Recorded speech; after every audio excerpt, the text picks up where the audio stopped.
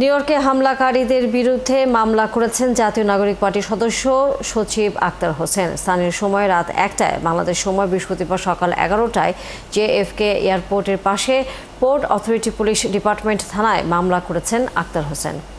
এনসিপির official Facebook পেজে প্রকাশিত এক ভিডিও বার্তায় আক্তার হোসেন বলেন, নিউ ইয়র্ক পুলিশ ইনভেস্টিগেশন অফিসারের পরামর্শে তিনি এয়ারপোর্টের কাছাকাছি থানায় এসে মামলা করেছেন। যারা সেদিন হামলা, হত্যাচেষ্টা ও মৃত্যুর হুমকি দিয়েছিল তাদের বিরুদ্ধে মামলা হয়েছে।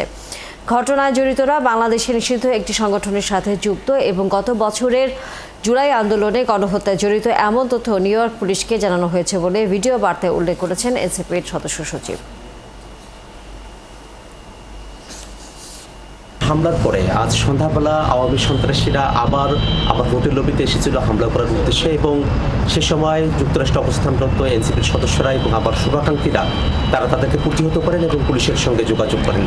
পরবর্তীতে পুলিশ ইনভেস্টিগেশন অফিসার তিনি প্রিসেন্টে এসে মামলা দায়ের করার জন্য আমাদেরকে পরামর্শ দেন। তার প্রেক্ষিতে আমি এয়ারপোর্টের খুব কাছের যে থানায় পুলিশের রয়েছে সেখানে এসেছি, এবং যারা সেই দিন আমাদের উপরে হামলা করেছিল এবং হত্যার চেষ্টা করেছিল, ডেথ থ্রেট দিয়েছিল, তাদের ব্যাপারে আমরা এখানে মামলা দায়ের করেছি এবং একই সাথে ইউএস পুলিশকে আমরা এই বিষয়টা অবহিত করেছি যে যারা এই ঘটনাগুলো যুক্তরাষ্ট্রে ঘটাচ্ছেন তারা বাংলাদেশে নিষিদ্ধ এমন একটি সংগঠনের সঙ্গে জড়িত, যারা গত বছর বাংলাদেশে গণহত্যা চালিয়েছেন, মানবতা বিরোধী অপরাধ চালিয়েছেন, এবং ইউএনের যে রিপোর্ট সে ব্যাপারে আমরা তাদেরকে অবহিত করেছি।